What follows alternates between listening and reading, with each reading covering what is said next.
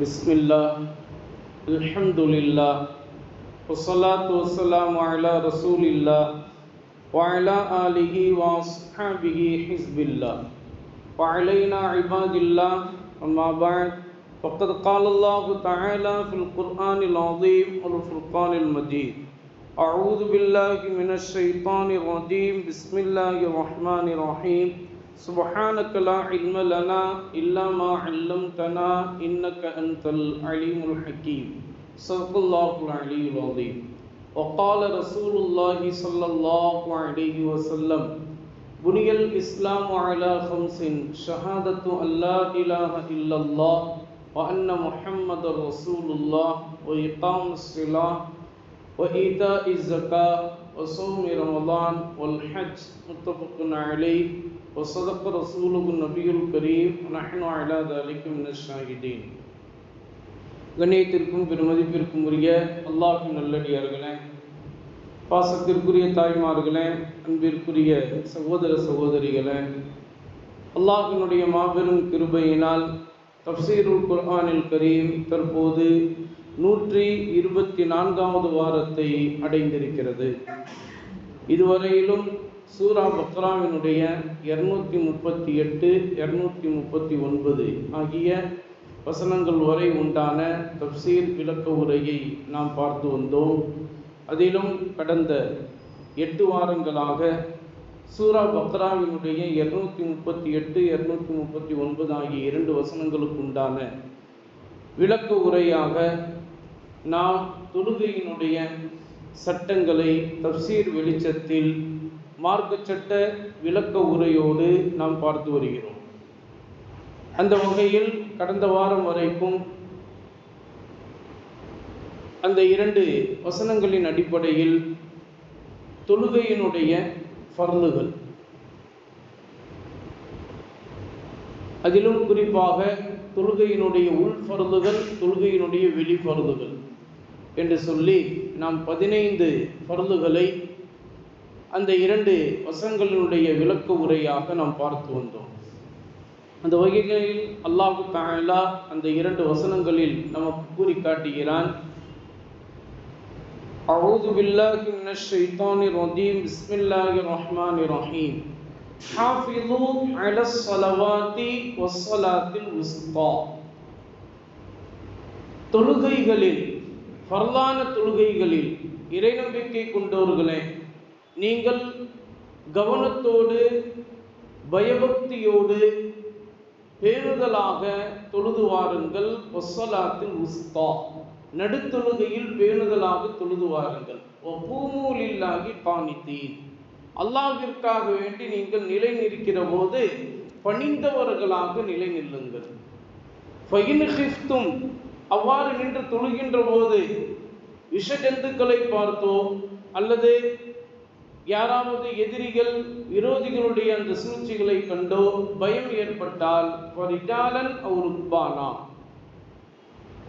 நடந்து கொண்டே அல்லது பயணித்து கொண்டே நீங்கள் தொழுகுங்கள். ஃபைதா அமீன்தும், உங்களுக்கு அந்த பயம் உங்களுடைய உள்ளத்திலிருந்து நீங்கி பயமற்றவர்களாக நீங்கள் ஆகிவிட்டால் ஃபதுக்குருல்லாஹ கமா அல்லமக்கும் ஆலம் தக்கூனு தஅலமூன், அல்லாஹ் தஆலா உங்களுக்கு நீங்கள் அறியாத நேரத்தில் எப்படி கற்றுத்தந்தானோ அந்த முறையில் அல்லாஹ் உங்களுக்கு கற்றுத்தந்ததை போல நீங்கள் அல்லாஹ்வை நினைவு கூர்ந்து தொழுகுங்கள் என்பதாக அல்லாஹ் தஆலா இந்த 2 வசனங்களில் இந்த அர்த்தத்தின்படி சொல்லியிருந்தார். அந்த வகையில் ஹாஃபிஸூ, இந்த 2 வசனங்கள் அல்லாஹ் தஆலா பயன்படுத்தி இருக்கக்கூடிய வார்த்தை ஹாஃபிஸூ, தொழுகைகளில் பேணுதலாக கவனத்தோடு பயபக்தியோடு கவனித்து தொழுகுங்கள் என்று அல்லாஹ் தஆலா சொல்லி காட்டுகிறார் இல்லையா?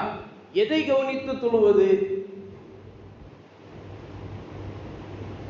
எப்படி நாம் பயபக்தியோடு தொழுவது, எப்படி நாம் பேணுதலாக தொழுவது என்பதை பற்றி தான் நாம் ஒவ்வொரு வாரத்திலும் தஃப்சீரினுடைய வெளிச்சத்தில் முதலாக தொழுகையினுடைய உள் ஃபர்லுகள், தொழுகையினுடைய வெளி ஃபர்லுகள் என்று சொல்லி 15 ஃபர்லுகளை நாம் கடந்த வாரம் வரைக்கும் நாம் பார்த்து வந்தோம்.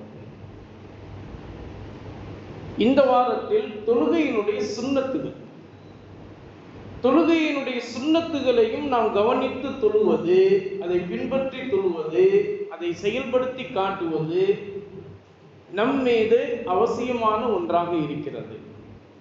தொழுகையினுடைய சுன்னத்துகள் தானே, சுன்னத்தை போய் என்னத்தை போய் செய்ததுப்பா அப்படின்னு நினைத்து நாம் விட்டு விடக்கூடாது. ஏன்னா தொழுகையினுடைய பரலை விட்டால் தானே தொழுகை கூடாது, தொழுகையினுடைய சுண்ணத்தை விட்டாலும் தொழுகை கூடியிருந்தானே.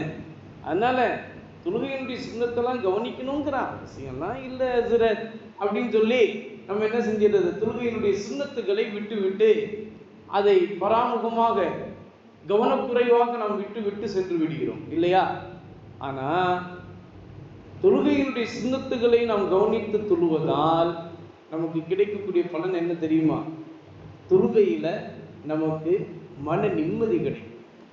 தொழுகையில் நமக்கு என்ன என்ன கிடைக்குங்க? மன நிம்மதி கிடைக்கும்.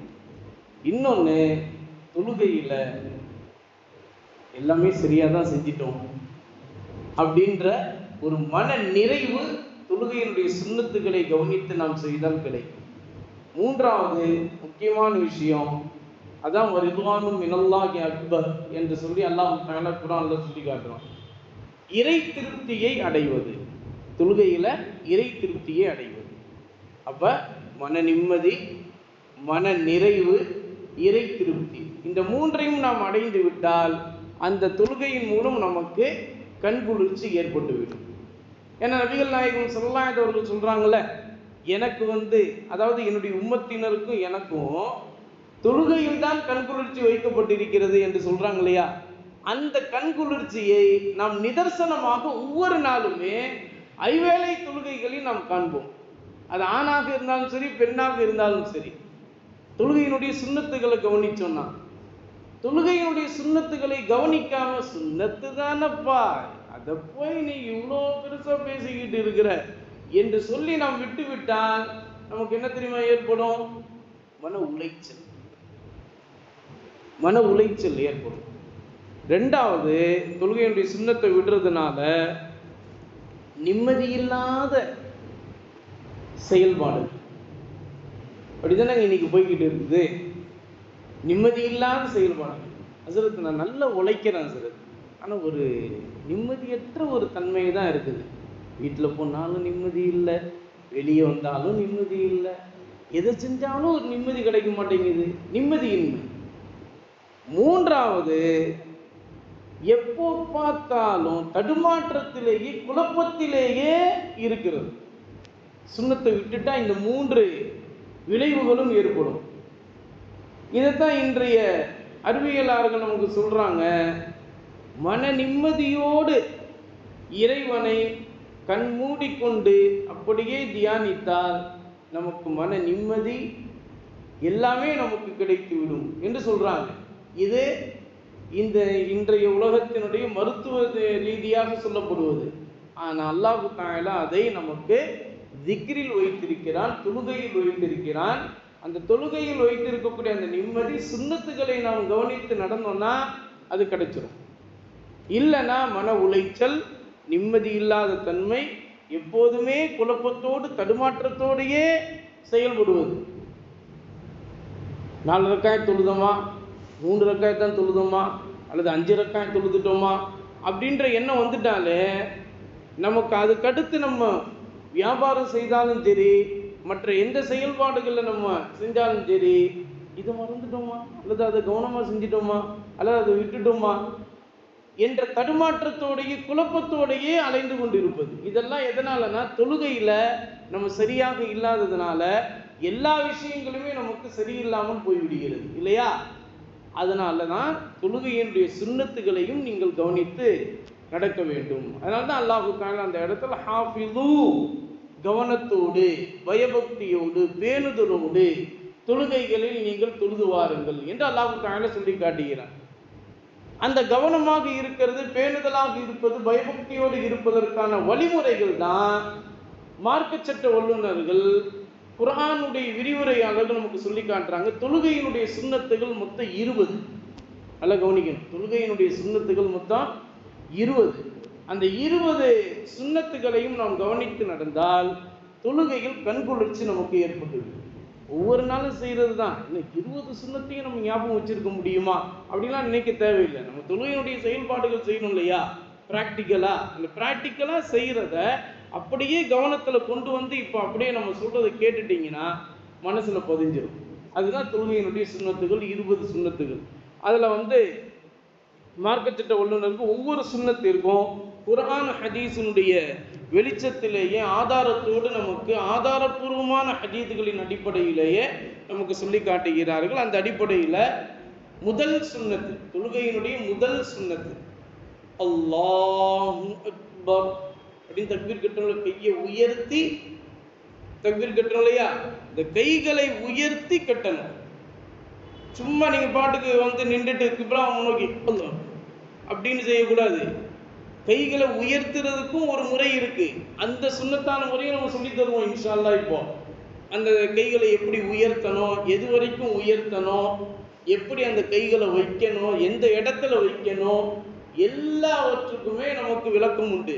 அதில் முதல் சுன்னத்து என்னன்னா, நம்ம மனசுல பதிஞ்சிக்கணும், 2 கைகளை உயர்த்தி அல்லாஹு அக்பர் என்று தக்பீர் கட்டுறது. இது முதல் சுன்னத்து. 2வது சுன்னத்து, அப்படி தக்பீர் கட்டும் போது வலது கை மேலே இருக்கணும், இடது கை கீழே இருக்கணும். இப்படி வலது கை மேலே இருக்கணும், இடது கை கீழே இருக்கணும். இப்போ ஒருத்தர் அல்லாஹு அக்பர்னு கெட்டுறாரு. கெட்டும் போது எப்படி கெட்டுறாருன்னா இப்படி கெட்டுறாரு. இப்படி கெட்டலாமா? கூடுமா? கூடும், பிரச்சனை இல்லை. ஆனா சுன்னத்துக்கு மாற்றமா? சுன்னத்திற்கு மாற்றமா? சுன்னத்து இது அல்ல. சுன்னத்து என்னன்னா, இடது கைக்கு மேலதான் வலது கை இருக்கணும், வலது கைக்கு மேல இடது கை இருக்கக்கூடாது. ஏன்னா நமக்கு எல்லாமே வலது கையினுடைய அடிப்படையில் தானே சொல்லப்படுது. இப்போ ஒருத்தர் மாற்றி வச்சு தொழுதுட்டாரு, கூடுமான்னா கூடிரும். ஆனா சுன்னத்திற்கு மாற்றமான தொழுகையா இருக்கிறதுனால அது அருவருப்பான தொழுகையாக கராகத்தாக மாறிவிடும். நல்லா கவனிக்கணுங்க, ரொம்ப பெரிய விஷயத்தை நமக்கு சொல்லித்தராங்க. சுன்னத்திற்கு மாற்றத்தை ஒருத்தவங்க செஞ்சிட்டாங்கன்னா அது மார்க்கத்தில் எப்படி கணிக்கப்படுதுன்னா, அந்த செயல் கூடிடும், அந்த செயலுக்கு உண்டான நன்மை கிடைச்சிடும். ஆனா அது சுன்னத்திற்கு மாற்றமாக இருக்கிறதுனால அருவருப்பான செயலாக கருதப்பட்டது. என்னங்க? அருவருப்பான செயலாக. அருவருப்பான செயல் தான் மார்க்கத்தில் சொல்லப்படுது கராகத்துன்னு. கராகத்துன்னா என்னது? மக்ரூ. மக்ரூன்னா அருவருக்கத்தக்க செயல். நீங்க இங்க நல்லா கவனிக்கணும், என்னன்னா வலிமார்களுடைய தன்மைகள்ல ஆக உயர்ந்த தரஜா எது தெரியுமா? அவங்களுடைய வலிமார்கள் கிட்ட அவங்களுடைய வாழ்க்கையில ஒரே ஒரு கராகத்து கூட வரக்கூடாது. நல்லா கவனிக்கணும். அதுதான் வலிமார்களுடைய தன்மை. நம்மளாம் இன்னைக்கு சாதாரணமான ஒரு மனிதனாக இருந்துக்கிட்டு வலிமார்கள் அடங்கி இருக்கக்கூடிய அந்த மன்னரைக்கு செல்வதையும் நம்ம தடுத்துக்கிட்டு இருக்கிறோம். வலிமார்களை நினைச்சு பார்க்கறதும் அதெல்லாம் சும்மா அதெல்லாம் புரோட்டா அப்படிலாம் ஒன்றும் இல்லை அப்படின்னு நம்ம சொல்லிக்கிட்டு இருக்கோம். ஆனால் அந்த தரஜாவை நம்மளால அடையவே முடியாது, அதை யோசிச்சு கூட பார்க்க முடியாது. வலிமார்களுடைய தன்மைகள்ல ஆக உயர்ந்த தரஜா எது தெரியுமா? அவங்களுடைய வாழ்க்கையில அவங்களுடைய வஃபாத் வரைக்குமே ஒரே ஒரு கராகத்தை கூட அவர்கள் செய்திருக்க மாட்டார்கள். அல்லாமா ஜுனைத் பக்தாதி ரஹ்மத்துல்லாஹி அலைஹி அவங்களுடைய காலகட்டத்தில் அவங்களுடைய மாணவர்களோடு ஒரு பெரிய வலியுல்லா ஊருக்குள்ள வந்துட்டாங்க அப்படின்னு மக்கள் எல்லாம் பேசிக்கிறாங்க. உடனே அவங்கள பார்க்கறதுக்காக வேண்டி மாணவர்களோடு போறாங்க. அந்த சபையில போய் உட்கார போறாங்க. அப்ப இந்த பெரிய ஒளியுள்ளாண்டு மக்கள்லாம் பேசிக்கிறாங்க இல்லையா, இறைநேச செல்வருண்டு. அவர் என்ன செஞ்சாரு? எச்சில் துப்புனார். எச்சில் துப்பும் போது வலது புறமா திரும்பி அப்படின்னு துப்பிட்டார். வலதுபுறமா திரும்பி துப்பிட்டார். இதை பார்த்ததுமே அல்லாமா ஜுனைத் பக்தாதி ரஹ்மத்துல்லாஹி அலைஹி அந்த சபையிலிருந்து எழுந்திருச்சு வெளியே வந்துட்டாங்க. அவங்க வெளியே வந்தோன்னா அவங்களுடைய மாணவர்களும் பின்னாடியும் வெளியே வந்துட்டாங்க. கொஞ்சம் தூரம் வந்த பிறகு உஸ்தாதிட்ட மாணவர்கள்லாம் கேட்குறாங்க, ஆசிரியர் அவர்களே, இவங்களை சந்திக்கிறதுக்கு தானே நீங்கள் ரொம்ப தூரம் பயணம் செஞ்சு எங்களையும் கூப்பிட்டு வந்தீங்க, ஆனால் அவங்களுடைய சபையில் உட்காந்து கொஞ்ச நேரத்தில் எழுந்திரிச்சு வெளியே வந்துட்டீங்களே, என்ன காரணம்? இல்லை இவர் போலி ஒளியுள்ளார், இவர் மாய வித்தைக்காரர், இவர் உண்மையான இறைநேசத்தில் வருது. என்ன அப்படி சொல்லிட்டீங்க, என்ன அவரிடத்துல பார்த்தீங்க? சுன்னத்துக்கு மாற்றமான ஒரு விஷயத்தை செய்து விட்டார். சுன்னத்திற்கு மாற்றமான விஷயத்தை செய்வது என்பது கராகத்து. ஒரே ஒரு கராகத்தை ஒரு வலியுல்லா செய்தாலும் கூட அவர் விலாயத்தினுடைய அந்தஸ்தை அடைய முடியாது. எவ்வளவு பெரிய விஷயம் பாருங்க, விலாயத்தினுடைய அந்தஸ்தையே அடைய முடியாது. நம்ம ஒவ்வொரு நாளுமே ஹராமையே செய்து கொண்டு இருக்கிறோம். ஹராமையே செய்து கொண்டு இருக்கக்கூடிய நம்ம பெரிய வலியுல்லாமார்களை போய் இன்னைக்கு குறை கூறி கொண்டு இருக்கிறோம். அது ஒரு புறம் இருக்கட்டும். ஆனா நம்ம ஜுனைத் பக்தாதி ரஹ்மத்துல்லாஹி அலைஹி மாணவர்களுக்கு சொல்லி காட்டுறாங்க, அவர் என்ன செஞ்சாருன்னா வலதுபுறமா திரும்பி துப்பிட்டாரு. நபிகள் நாயகம் ஸல்லல்லாஹு அலைஹி வஸல்லம் அவர்கள் எச்சில் வந்தா நமக்கு துப்பக்கூடிய சுன்னத்தான நடைமுறையை சொல்லி காட்டுறாங்க. இடதுபுறமாக நீங்கள் திரும்பி துப்புங்கள் அப்படின்னு சொல்லியிருக்காங்க. அப்ப நபி அவர்கள் இடதுபுறமாக திரும்பி துப்புங்கள் என்று சொன்னதற்கு மாற்றமா இது வலதுபுறமாக திரும்பி துப்பிட்டாரு. சுன்னத்திற்கு மாற்றம், கராகத்து நிகழ்ந்து விட்டது. கராகத்து எப்போது இவரிடத்தில் வந்து விட்டது, இவர் விலாயத்தினுடைய அந்தஸ்தை அடைந்திருக்க முடியாது.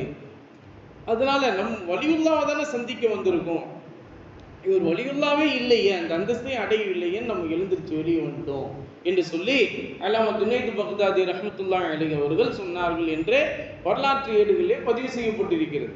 அந்த வகையில் நமக்கு ரெண்டாவது சுன்னத்து என்னங்க, இடது கைக்கு மேலே வலது கையை வைப்பது.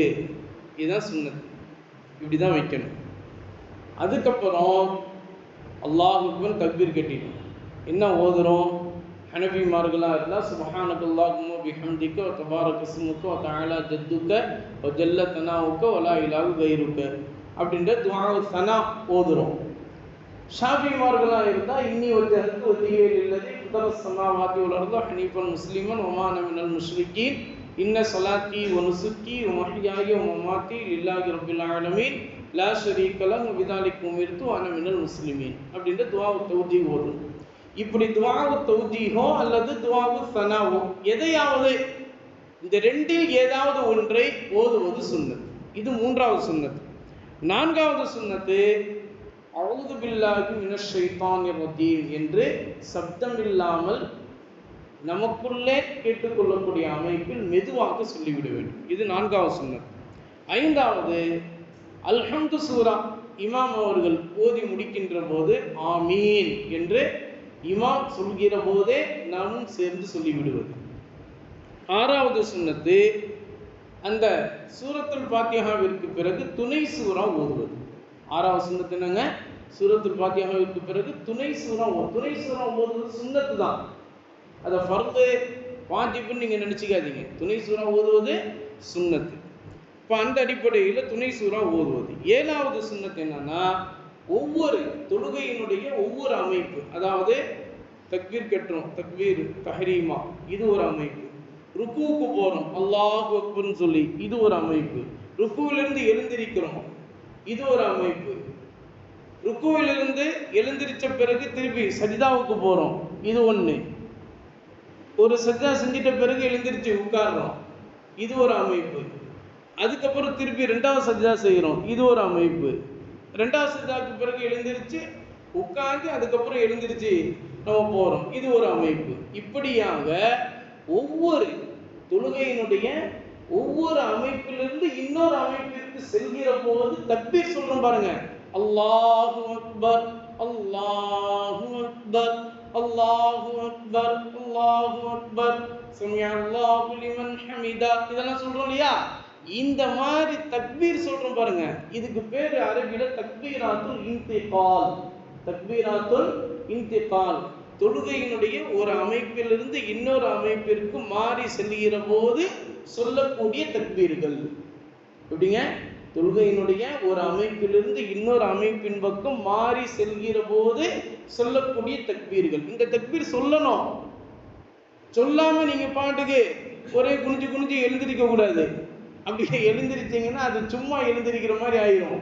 விளங்குதுங்களா? தக்பீராத்துல் இன்திகால் சொல்வது சுன்னத்து. அது இமாம் மட்டும்தான் சொல்லணும், நம்மளாம் சொல்லக்கூடாது அப்படின்னு நீங்கள் நினச்சிக்காதீங்க. எல்லாருமே சொல்லணும். விளங்குச்சிங்களா? இமாமுக்கு மட்டும்தான் அது கடமை. இமாம் சொல்லலைன்னா அவ்வளோதான் இமாமு. அப்படின்றலாம் இல்லை, எல்லாருமே சொல்லணும். அல்லாஹ் அக்பர்ன்ற தக்பீரே எல்லாருமே சொல்லணும். அதுக்கப்புறம் 8வது சுன்னத் என்னன்னா, ருக்கு செய்யக்கூடிய அமைப்புகள். ருக்கு செய்யக்கூடிய அமைப்பு, ருக்கு செய்யக்கூடிய அமைப்பு அப்படின்னா தலை, முதுகு, விலா எலும்பு எல்லாம் சரிசமமா நேரா இருக்கணும். ஒரு கம்பு வச்சா அந்த கம்பு நேரா நிக்கணும். அந்த கம்பு வைக்கும்போது கொஞ்சம் வளைஞ்ச மாதிரி இருந்துச்சு அப்படின்னா அப்போ நீங்க ருக்குல சரியா இல்லைன்னு அர்த்தம். நம்முடைய தலை, முதுகு, அந்த விலா எலும்பு எல்லாமே நேராக இருக்கணும் நம்ம குனியும் போது. அது ருக்குவுடைய அமைப்புகள். ருக்கு செய்யக்கூடிய அமைப்புகள்ல நம்ம செய்வது என்பது அது ஒரு சுன்னத். அதுக்கப்புறம் 9வது சுன்னத் என்னன்னா, ருக்குல செய்யக்கூடிய தஸ்பீஹ். சுப்ஹான் ரப்பியல் அஸீம் வ பிஹம்திஹி 3 முறை செய்வது, 7 முறை செய்வது, 11 முறை செய்வது, இப்படியாக விளங்குச்சுங்களா? இந்த சுப்ஹான் ரப்பியல் அஸீம் வ பிஹம்திஹி என்று ருக்குவில் தஸ்பீஹ் செய்வது ஒரு சுன்னத். அதுக்கப்புறம் 10வது சுன்னத் என்னன்னா, ருக்குவிலிருந்து எழுந்திருக்கும் போது சமிஅ அல்லாஹு லிமன் ஹமிதா இமாம் சொல்றாரு. சொன்ன உடனே நம்ம என்ன சொல்றோம்? ரப்பனா லக்கல் ஹம்து சொல்றோமா இல்லையா? அதுல ரப்பனா லக்கல் ஹம்துல நம்ம சேர்த்துக்கணும் சொல்லலாம். மில்அஸ் ஸமாவாத்தி வ மில்அல் அர்தி வ மில்அ மா ஷி'த மின் ஷைஇன் பஅது அப்படின்னு சேர்த்து சொல்லலாம். அப்படி இல்லாட்டி ரப்பனா லக்கல் ஹம்து ஹம்தன் தய்யிபன் முபாரக்கன் ஃபீ, ஹம்தன் தய்யிபன் கஸீரன் முபாரக்கன் ஃபீ அப்படின்னு நம்ம சொல்றது. இப்படி சொல்வதும் மலக்குமார்கள் அந்த தஸ்பீஹ அல்லாஹ்விடத்தில் எடுத்துட்டு போறதுக்கு ரொம்ப போட்டி போட்டு கொண்டு போவாங்களாம். வானத்திலிருந்து பூமிக்கு அந்த தஸ்பீகை எடுத்துக்கிட்டு அல்லாஹ்விடத்துல போறதுக்கு போட்டி போட்டு கொண்டு வருவாங்களாம். அந்த மாதிரி ருக்குவிலிருந்து எழுந்திருக்கும் போதே சொல்லக்கூடிய அந்த தஸ்பீஹ், இது ஒரு சுன்னத். 11வது சுன்னத் என்ன? அந்த ருக்குவிலிருந்து எழுந்திருச்ச பிறகு திருப்பி நம்ம அல்லாஹ் அக்பர் தக்பீர் சொல்லி சஜிதாவுக்கு போறோம்ல. சஜிதாவுக்கு போகும்போது நல்லா கவனிக்கணும். சில பேர் ஆடுவாங்க, சில பேர் ஆடுவாங்க, சில பேர் முட்டியை நல்லா பிடிச்சிக்குவாங்க, சில பேர் இடுப்பு வலிக்குதுப்பா கொஞ்சம் அப்படியே தாங்கி இப்படி போய் இருப்பாங்க. இந்த மாதிரிலாம் இருக்குது இல்லையா? இது என்னன்னா, சஜிதாவிற்கு செல்கிற போது எந்த ஆட்டமும் இருக்கக்கூடாது. சஜிதாவிற்கு செல்கிற போது எந்த ஆட்டமும் இருக்கக்கூடாது. ஸ்ட்ரைட் ஃபார்வர்ட், கிபுலா மட்டும்தான், கிபுலா மட்டும்தான். கிபுலாவை தவிர மற்ற எந்த இடத்துல இப்படி இப்படி ஆட்டம் காணக்கூடாது. சரிங்களா? இப்படி சஜிதாவினுடைய அமைப்போடு நாம் குனிவது என்பது அது ஒரு தனி சுன்னத். அதுக்கப்புறம் சஜிதா செய்யக்கூடிய முறை நம்ம கடந்த வாரமே சொன்னோம். சஜிதால 8 உறுப்பு இருக்கணும். சஜிதால 8 உறுப்புகள் இருக்கணும். உங்க எல்லாத்துக்கும் தெரியும், போன வாரம் தஃசீர்ல இருந்தவங்க எல்லாத்துக்கும் 8 உறுப்புகள் என்னென்னாங்க? நெற்றி, மூக்கு, 2 உள்ளங்கை, 2 கால் மூட்டு, அதுக்கப்புறம் 2 கால் பெருள் விரல். அப்படிதானே? 8 உறுப்புகள் கட்டாயமாக இருக்கணும். இந்த 8 உறுப்புகள் ஏதாவது ஒரு உறுப்பு மிஸ் ஆயிடுச்சுனாலும் அது பரிபூர்ணமான சஜிதாவாக இருக்காது. அந்த மாதிரி நம்ம செய்வது என்பது அது ஒரு தனி சுன்னத். அதுக்கப்புறம் 14வது சுன்னத் என்னன்னா, 2 சஜிதாவுக்கு இடையில உட்காரக்கூடிய சிறு இருப்பு, சிறு இருப்பு, அந்த 2 சஜிதாவுக்கு இடையில உட்காரக்கூடிய அந்த சிறு இருப்பு அது ஒரு தனி சுன்னத். அதுக்கப்புறம் 2 சஜிதாவும் செஞ்ச பிறகு அடுத்த ரக்காயத்துக்கு எழுந்திருப்போம் இல்லையா? முதல் ரக்காயத்து முடிஞ்சு 2வது ரக்காயத்துக்கு எழுந்திருப்போம் இல்லையா? அப்போ கொஞ்ச நேரம் உட்கார்ந்துட்டு எழுந்திருக்கிறது அப்படிங்கிறது ஜல்சத்துல் இஸ்திராஹத் அப்படின்னு அரபியில சொல்லுவாங்க. கொஞ்ச நேரம், கொஞ்சம் ஒரு நொடி அப்படி உட்கார்ந்துட்டு அப்படி எழுந்திருக்கிறது. இது ஷாஃபி மذஹபின் அடிப்படையில் அது ஒரு தனி சுன்னத்.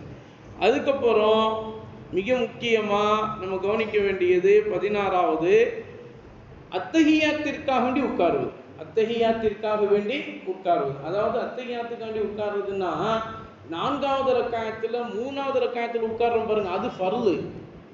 2வது ரக்காயத்துல உட்கார்றோம் பாருங்க, அதுதான் சுன்னத். நல்லா கவனிக்கணும். 2வது ரக்காயத்தில் உட்கார்றோம் பாருங்க, அதான் சுன்னத். ஆனா ஃபஜ்ருடைய 2வது ரக்காயத்தில் உட்கார்றோம்ல, அது ஃபர்லு.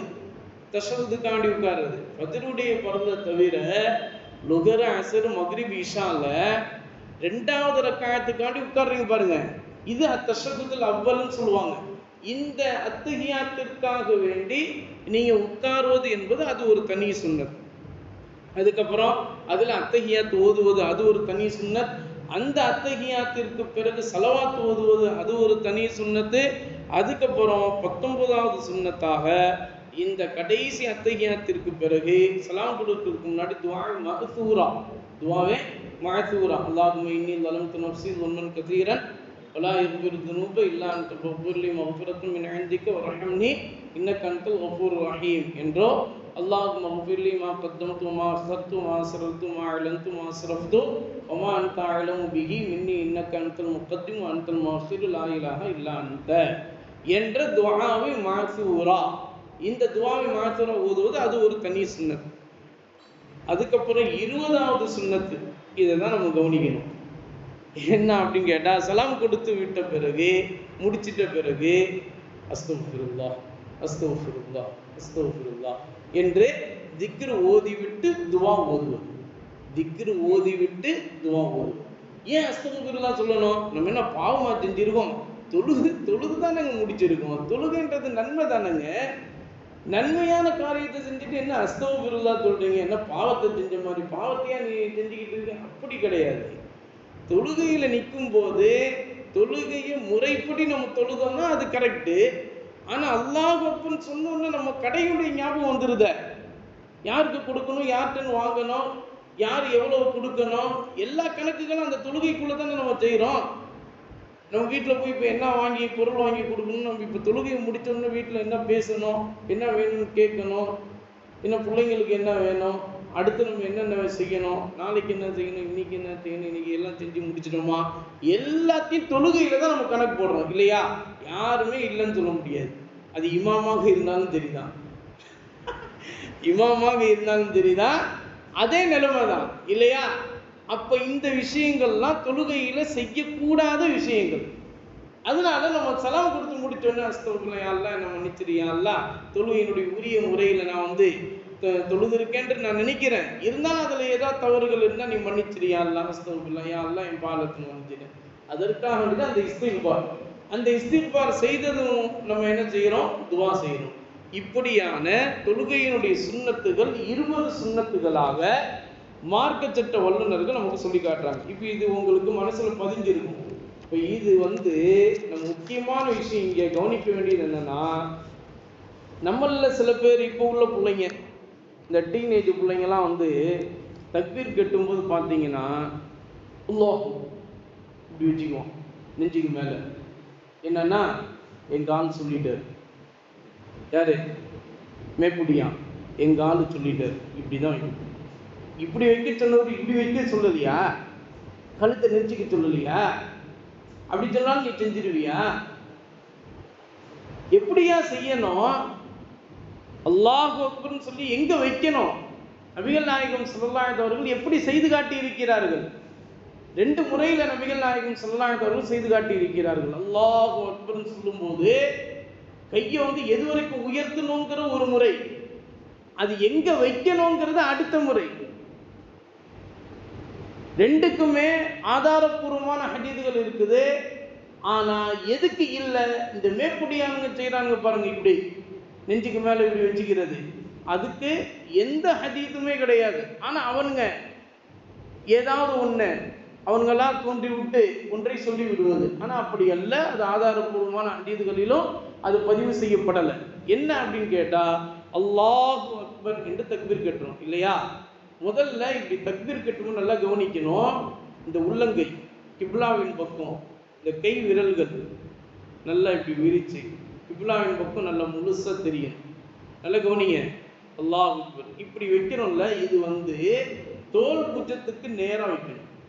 இது ஷாஃபிஈ மதுஹபின் அடிப்படையில். ஹனபி மதுஹபின் அடிப்படையில் இந்த கையை அப்படியே கொஞ்சம் உயர்த்தி காது சோனை வரை, இந்த விரல் காது சோனை வரை வர வரைக்கும் இப்படி உயர்த்தணும். அலைங்கிட்டீங்களா?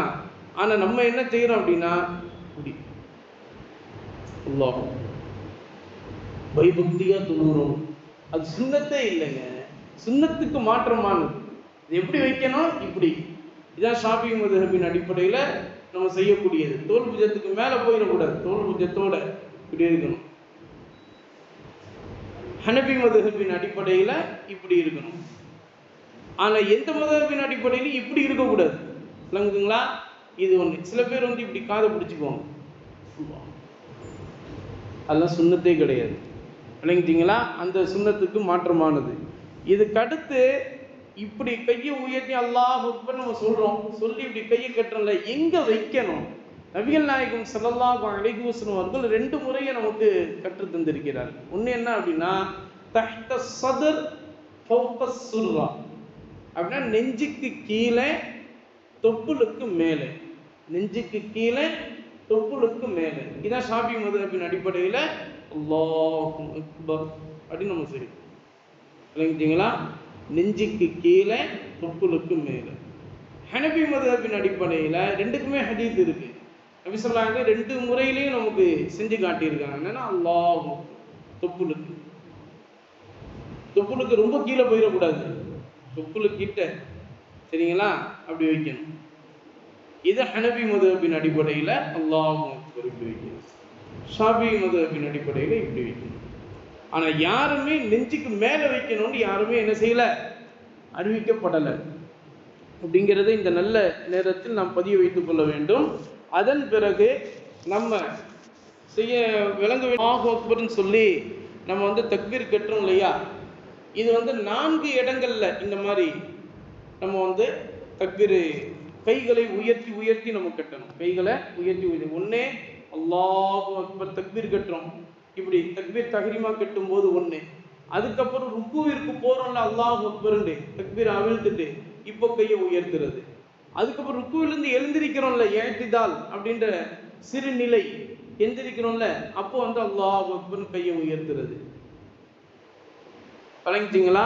அதன் பிறகு நபிகள் நாயகம் ஸல்லல்லாஹு அலைஹி வஸல்லம் அவர்கள் காண்பித்து தந்த விஷயம் என்னன்னா, 4 ரக்காயத் தொழுகையோ அல்லது 3 ரக்காயத் தொழுகையோ இப்படி இருந்தா 2 ரக்காயத்து முடிஞ்சு 3வது ரக்காயத்துக்கு எழுந்திருக்கும் போது, 2 ரக்காயத்து முடிஞ்சு 3வது ரக்காயத்துக்கு எழுந்திருக்கும் போது அல்லாஹ் கையை உயர்த்தி செய்யணும். இந்த 4 இடங்களிலும் கைகளை உயர்த்தி தக்பீர் கட்டணும்னு ஷாஃபிஈ மதுஹபின் அடிப்படையில் சொல்லப்படுகிறது. ஹனபி மதுஹபின் அடிப்படையில் தக்பீர் தஹ்ரீமால மட்டும் கையை உயர்த்தினா போதும். தக்பீர் தஹ்ரீமால மட்டும் அல்லாஹ் அப்படின்னு கையை உயர்த்தினா மட்டும் போதும். தக்பீர் தஹ்ரீமால மட்டும். மற்ற 3 இடங்கள்ல கைகளை உயர்த்த வேண்டும் என்பது அவசியம் அல்ல என்று ஹனபி மதுஹபின் அடிப்படையில் சொல்லப்படுகிறது. அதனால தான் வந்து ருக்குவுக்கு போகும்போதும் சரி, ருக்குவிலிருந்து எழுந்திருக்கும் போதும் சரி, 3வது ரக்காயத்துக்கு எழுந்திருக்கும் போதும் சரி, யாருமே வந்து கைகளை உயர்த்துவதில்லை. இது ஹனபி மதுஹபின் அடிப்படையில். ஆனால் ஷாஃபிஈ மதுஹபின் அடிப்படையில் 4 இடங்கள்லையும் தக்பீர் தஹ்ரீமா, ருக்குவிற்கு செல்லும் பொழுது, ருக்குவிலிருந்து எழுந்திருக்கும் போது, 3வது ரக்காயத்திற்கு எழுந்திருக்கும் போது, இந்த 4 நிலைமைகளிலும் கைகளை உயர்த்தி அல்லாஹு அக்பர் என்று சொல்லணும். இது நபிகள் நாயகம் ஸல்லல்லாஹு அலைஹி வஸல்லம் காண்பித்து தந்த நடைமுறையாக இருக்கிறது.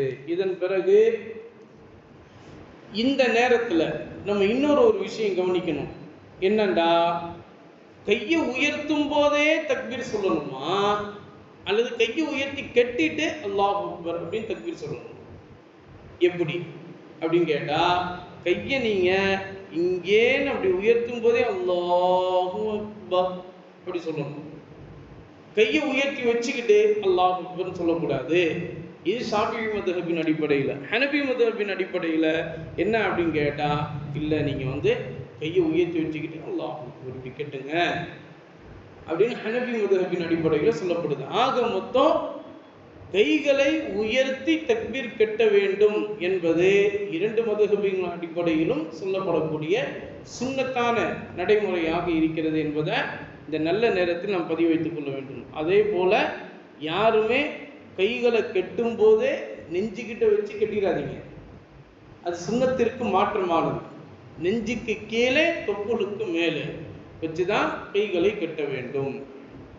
அதன் பிறகு இப்படி நம்ம வந்து கைகளை வந்து கட்டும்போது இடது கைக்கு மேலே வலது கையை வைப்பது. எப்படி வைக்கணும்? அதுக்கும் நபிகள் நாயகம் ஸல்லல்லாஹு அலைஹி வஸல்லம் முறையை சொல்லி தந்திருக்காங்க. நல்லா கவனிக்கணும்.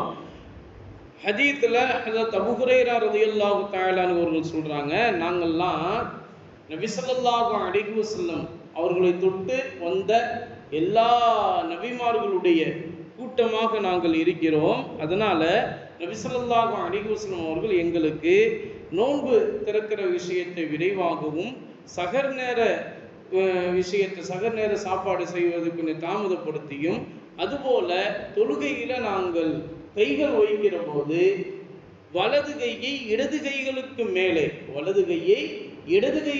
மேலே நாம் வைத்து கட்டுவதையும் நபிகள் நாயகம் ஸல்லல்லாஹு அலைஹி அவர்கள் எங்களுக்கு கட்டளையிட்டு நமக்கு சொல்லி தந்திருக்கிறார்கள் என்று சொல்லிட்டு அவங்க சொல்லித்தரக்கூடிய விஷயம் என்னன்னா, இப்படிதான் நம்ம கட்டணும். இப்படி கட்டும் போது நல்லா கவனிக்கணும், இந்த பெரு விரலையும் இந்த சுண்டு விரலையும் இப்படி பட்டமிட்டுறணும். இந்த 3 விரல் இருக்கு பார்த்தீங்களா, களிமா விரல், நடு விரல், அந்த லாஸ்ட் விரல், இந்த 3 விரல் இப்படி வரணும். இடது கைக்கு மேலே இப்படி வரணும். சரிங்களா? சும்மா இப்படி நின்றுக்க கூடாது. சில பேர் இப்படி நின்றுக்குவாங்க,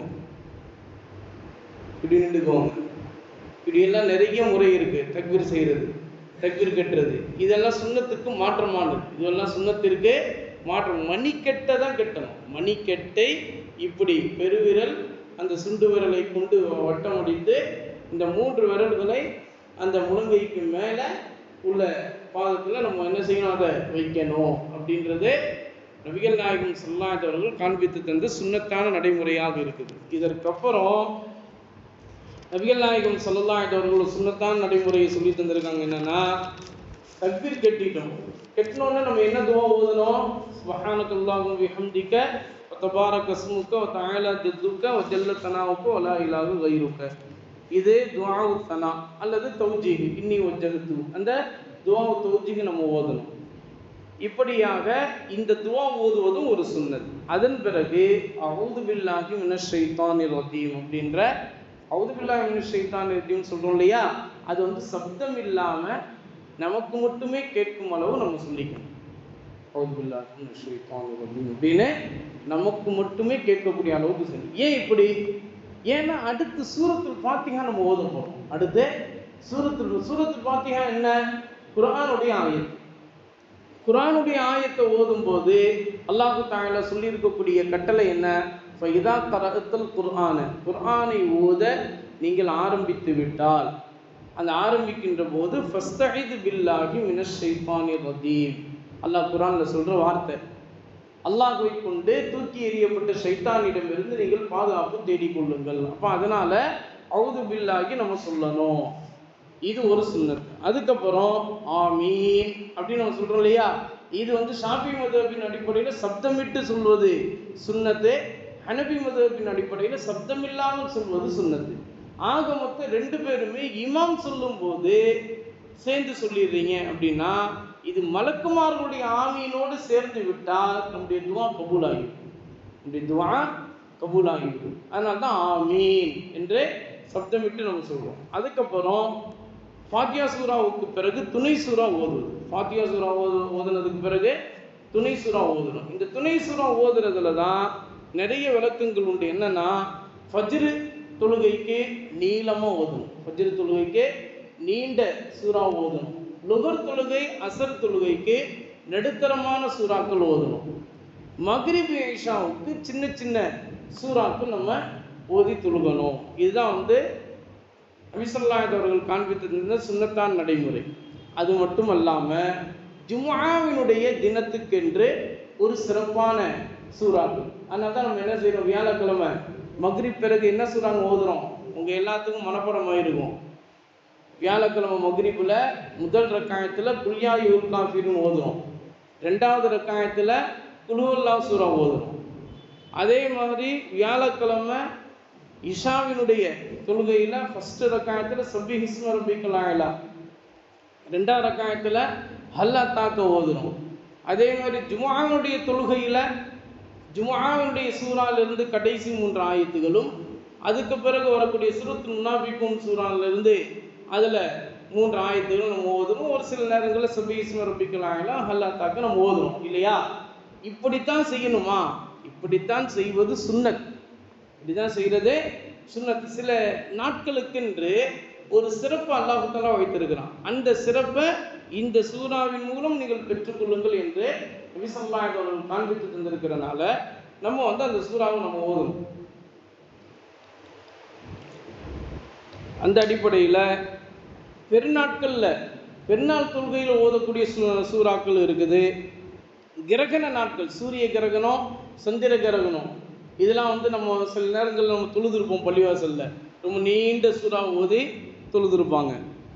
இந்த மாதிரி சில குறிப்பிட்ட நாட்களில் குறிப்பிட்ட சூறாக்களை ஓத வேண்டும் என்று நபி ஸல்லல்லாஹு அலைஹி வஸல்லம் அவர்கள் காண்பித்து தந்த சுன்னத்தான் நடைமுறை. அந்த அடிப்படையில் நம்மளும் என்ன செய்கிறோம், அதை செய்கிறோம். அதுக்கப்புறம் நம்ம முக்கியமான இது ஒவ்வொரு நேரத்திலையும் தக்பீர், அல்லாஹு அக்பர் அல்லாஹு அக்பர் அல்லாஹு அக்பர் அப்படின்னு நம்ம தக்பீர்கள் சொல்கிறோம். அதுக்கப்புறம் ருக்குவினுடைய அமைப்பு, இழ்திதாலுடைய அமைப்பு, இப்படிலாம் சஜிதாக்கள், இதெல்லாம் நம்ம செய்கிறோம் இல்லையா? இப்போ இதில் நம்ம கவனிக்க வேண்டிய விஷயம் என்ன அப்படின்னு கேட்டால், அத்தஹியாத்துக்கு உட்காரும். அத்தஹியாத்திற்கு நம்ம உட்காரும் போது நம்ம கவனிக்க வேண்டிய சுன்னத்து என்னன்னா, 2 சுன்னத்து இருக்குது. ஒன்று தவறுக்கு என்று சொல்லுவாங்க, இன்னொன்று இஃப்திராஷ் என்று சொல்லுவாங்க. என்ன அப்படின்னு கேட்டால், நம்ம இப்போ உட்கார்றது எப்படி முறையில் உட்கார்றோம் அப்படின்னு சொன்னால், நல்லா கவனிங்க. இப்படி நம்ம என்ன செய்கிறோம், உட்கார்றோம். 2 கால்களுக்கு மேலே பித்தட்டை வைத்து நம்ம உட்கார்றோம். இது 2வது ரக்காயத்தில். 3வது 4வது ரக்காயத்தில் ஷாஃபி மதுஹப் இப்படி உட்காருவாங்க. இப்படி இடது காலை வலது காலுக்கு கீழே வெளிப்படுத்தி உட்காருவாங்க. இப்படி உட்காருவதுக்கு பேர் தவறுக்கு என்று சொல்லுவாங்க. இஃப்திராஷ் அப்படின்னு சொன்னால், இப்போ நம்ம முன்னாடி உட்கார்ந்தோம்ல, 2வது ரக்காயத்தில் உட்காரணும்னு சொல்லிட்டு இப்படி 2 கால்களையும் விரித்து அதுக்கு மேலே பித்தட்டை வைத்து நம்ம உட்கார்றதுன்றது இது இஃப்திராஷ். இப்போ இதில் மார்க்கச்சட்ட வல்லுநர்கள் என்ன சொல்கிறாங்க அப்படின்னா, 2வது ரக்காயத்தில் இஃப்திராஷ் என்று நீங்கள் இப்படி காலை விரித்து அதுக்கு மேலே பித்தட்டை வச்சு உட்காருவது தான் சுன்னத்து, அதுதான் சிறந்தது. 3வது 4வது ரக்காயத்தில் நீங்கள் இப்படி பித்தட்டை தரையில் வச்சு இடது காலை வலது காலுக்கு கீழே நுழைச்சி வெளியே கொண்டு இப்படி உட்காருவது, இது 4வது 3வது ரக்காயத்தில் இப்படி உட்கார்றது சுன்னத்து. இது ஷாஃபி மதுஹபின் அடிப்படையில். ஹனபி மதுஹபின் அடிப்படையில் 2வது ரக்காயத்தாக இருந்தாலும் சரி, 3வது ரக்காயத்தாக இருந்தாலும் சரி, 4வது ரக்காயத்தாக இருந்தாலும் சரி, எல்லா ரக்காயத்திலையுமே இப்படி உட்காருவது தான் சுன்னத்து. இப்படி சரிங்களா? சில பேர் இப்படி உட்கார்ந்துக்கிறாங்களே, சப்பளங்கால் போட்டு இப்படி உட்கார்ந்துக்கிறாங்களே, சம்பளங்கால் போட்டு தனக்கு தோதுவா சொகுசா இப்படிலாம் உட்கார்றது இடுப்பு வலிக்குது சார், நீங்கள்லாம் வயசு பிள்ளைங்க செய்வீங்க, நாங்கள்லாம் வயசானவங்க.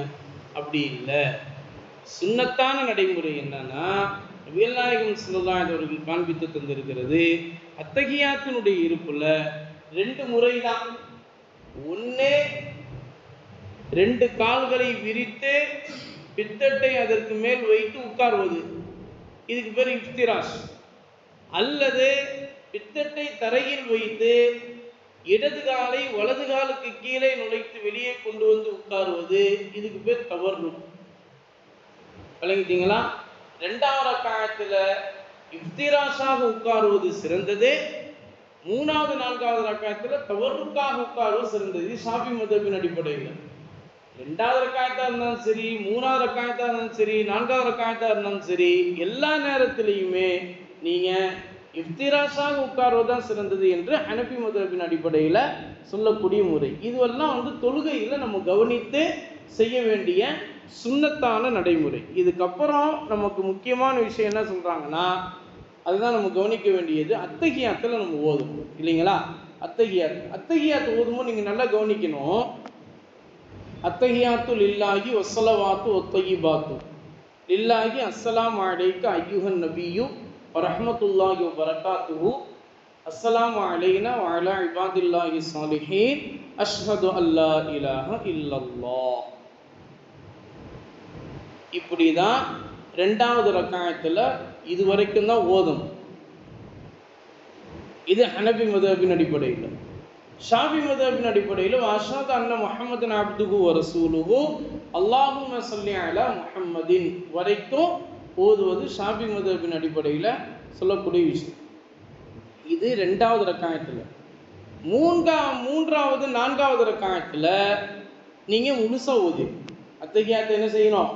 முழுசாக ஓதிடணும். அல்லாஹும்ம ஸல்லி அலா முஹம்மதின் அப்படின்ட்டு அதுக்கப்புறம் தரூது ஷரீஃபு, அதுக்கப்புறம் துஆ மஅதூரா, இதெல்லாம் நம்ம ஓதி தொழுகையை நம்ம முடிக்கிறது இல்லையா?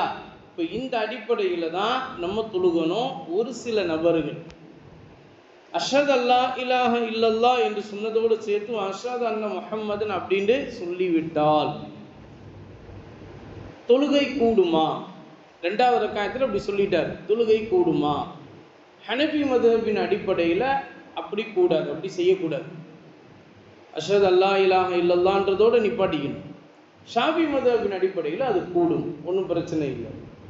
ஆனால் ஹனபி மதுஹபின் அடிப்படையில் அப்படி செஞ்சிட்டா என்ன அப்படின்னா அது கராஹத்தாய், மக்ரூஹான தொழுகையாக அது மாறிவிடும் என்று நமக்கு மார்க்க சட்ட வல்லுநர்கள் நமக்கு சொல்லி காட்டுகிறார்கள். இதுக்கப்புறம் நம்ம செய்யக்கூடிய அந்த துவாவிற்கு பிறகு சலாம் கொடுக்குறோம் இல்லையா? சலாம் கொடுக்கறதுல முதல் சலாம் தான் ஃபர்து. அஸ்ஸலாமு அலைக்கும் வரஹ்மத்துல்லாஹ், இது ஃபர்து. அஸ்ஸலாமு அலைக்கும் வரஹ்மத்துல்லாஹ், இப்படி இடது கை பக்கமாக நம்ம திரும்பி சலாம் கொடுக்குறோம், இது சுன்னத்து. இந்த சுன்னத்தை நம்ம செஞ்சிட்ட பிறகு தான் தொழுகை முடியும். முடிஞ்ச பிறகு நம்ம என்ன செய்யணுங்க? திக்ரு செய்யணும். அதுக்கப்புறம் துவா ஓதணும். இந்த துவா ஒவ்வொரு நேரத்திற்கும் சுன்னத்தான நடைமுறையை நமக்கு சொல்லி கொடுத்துருக்காங்க. அதான் ஃபஜ்ரு நேரத்தில் ஃபஜ்ரு தொழுகை முடிஞ்சோன்னு ஒரு துவா, லொஹர் தொழுகை முடிஞ்சோன்னு ஒரு துவா, அசர் தொழுகை முடிஞ்சோன்னு ஒரு துவா, மக்ரிப் தொழுகை முடிஞ்சோன்னு ஒரு துவா, இஷா தொழுகை முடிஞ்சோன்னு ஒரு துவா இல்லையா? ஒவ்வொரு தொழுகைக்கு பிறகும் ஒவ்வொரு துவா நம்ம ஓதணும் இல்லையா? இப்போ இந்த இடத்துல ஏன் ஒரே துவா ஓதிட்டு போகணும்? துவா எல்லாம் ஒன்று தானே, அது என்ன? அது ஃபஜ்ருக்கு ஒரு துவா, லுஹருக்கு ஒரு துவா, அசருக்கு ஒரு துவான்றீங்க. ஏங்க இந்த நேரத்தில் இந்த தேவையை நீங்கள் கேட்க வேண்டும் என்று நபிகள் நாயகம் ஸல்லல்லாஹு அலைஹி வஸல்லம் அவர்கள் அந்தந்த நேரத்துக்கு உண்டான விஷயத்துக்கு தோதுவா ஒரு துவாவை நமக்கு சொல்லி கொடுத்துருக்காங்க.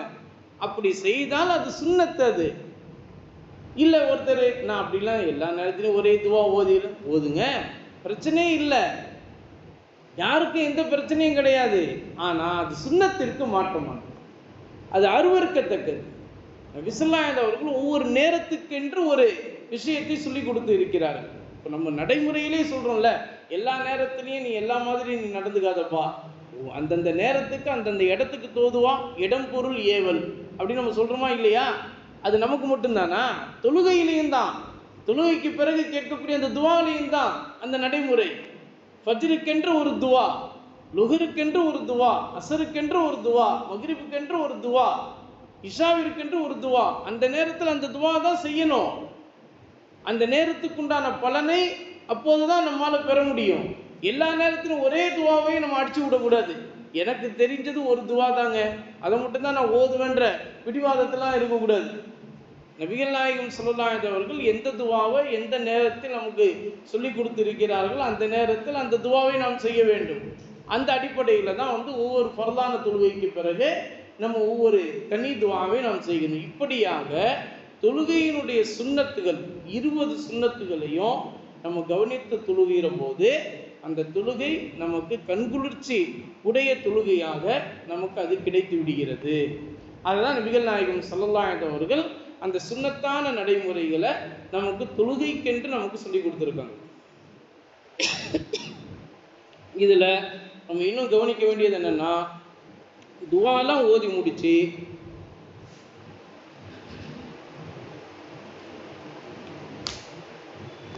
சலவாத்து ஓதும். துவாலாம் ஓதி முடிச்சு சலவாத்து ஓதும். இந்த சலவாத்து ஓதுறதுக்கு முன்னாடி சில பேர் எழுந்திரிச்சு போயிடுறாங்க. இப்படி செய்யலாமா அப்படின்டா செய்யலாம், ஒன்றும் குற்றமான விஷயம்லாம் இல்லை. ஆனால் அந்த தொழுகையினுடைய முடிவு என்பது முத்திரையிடப்படாது. தொழுகையினுடைய முடிவு என்பது முத்திரையிடப்படணும்னா சலவாத்து ஓதுனா தான் முத்திரையிடும்.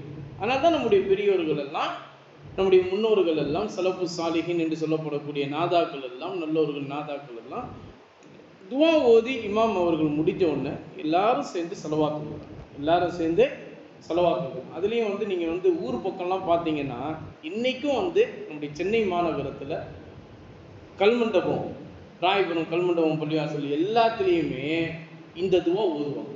எந்த துவானா, இலாஹி லஸ்து லில் ஃபிர்தௌசி அஹ்லா வலா அக்வா அலா நாரில் ஜஹீமி ஃபஹப்லி தௌபத்தன் ஃபஹ்ஃபிர்லி துனூபி ஃபஇன்னக காஃபிரு தன்பில் அதீமி என்ற இந்த துவாவை ஓதுவாங்க.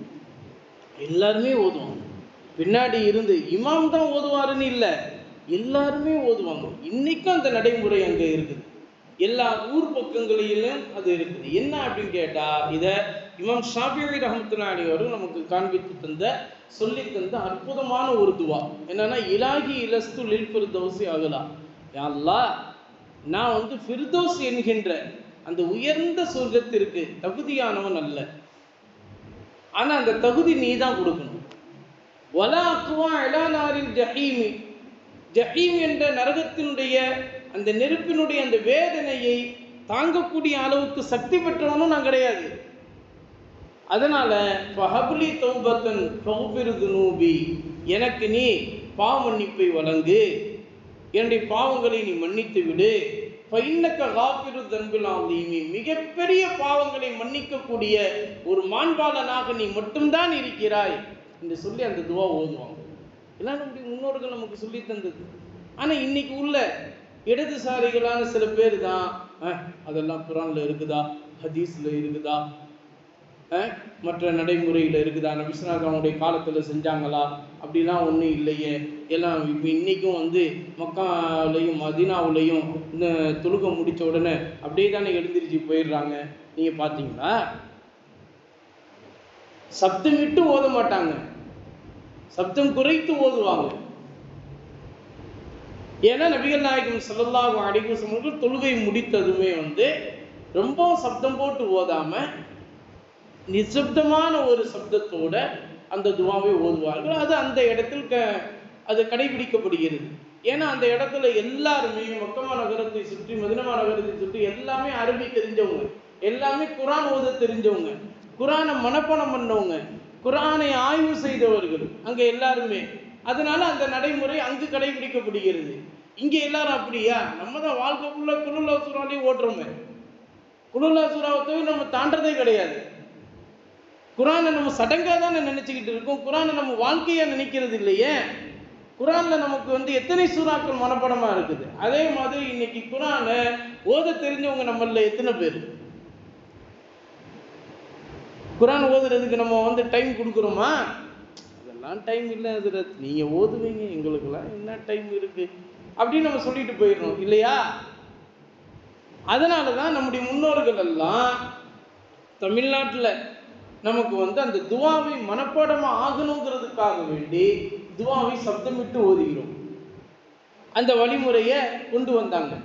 அதுதான் அந்த வழிமுறையின்படி நமக்கு அது செய்யப்படுகிறது.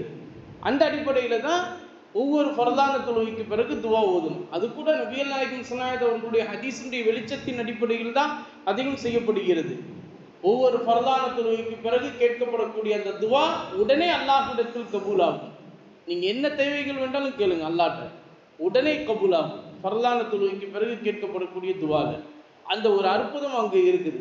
அந்த அடிப்படையில் தான் நம்முடைய முன்னோர்கள் எல்லாம் அதை நமக்கு கற்று தந்திருக்கிறார்கள். ஆக மொத்தம் இந்த 20 சுன்னத்துகளையும் நாம் கவனித்து தொழுவது என்பதே அல்லாஹ் சொன்ன ஹாஃபிது அலஸ் ஸலவாத்தி வஸ்ஸலாத்தில் உஸ்தா வகூமு லில்லாஹி கானித்தீன் என்கின்ற ஆயத்தினுடைய தஃப்சீருடைய வெளிச்சமாக இந்த தொழுகையினுடைய 20 சுன்னத்துகளையும் நாம் பின்பற்றி தொழுவது என்பது அது கண்குளிர்ச்சி தொழுகையாக அல்லாஹ் நமக்கு வழங்குவதற்கு அது காரணமாக இருக்கிறது என்பதை இந்த நல்ல நேரத்தில் புதிய வைத்து கொண்டு நம்முடைய வாழ்க்கையினுடைய அமலாக அமல் செய்யக்கூடிய தௌஃபீக்கை அல்லாஹ் நம் அனைவருக்கும் தந்தல் புரிவானாக.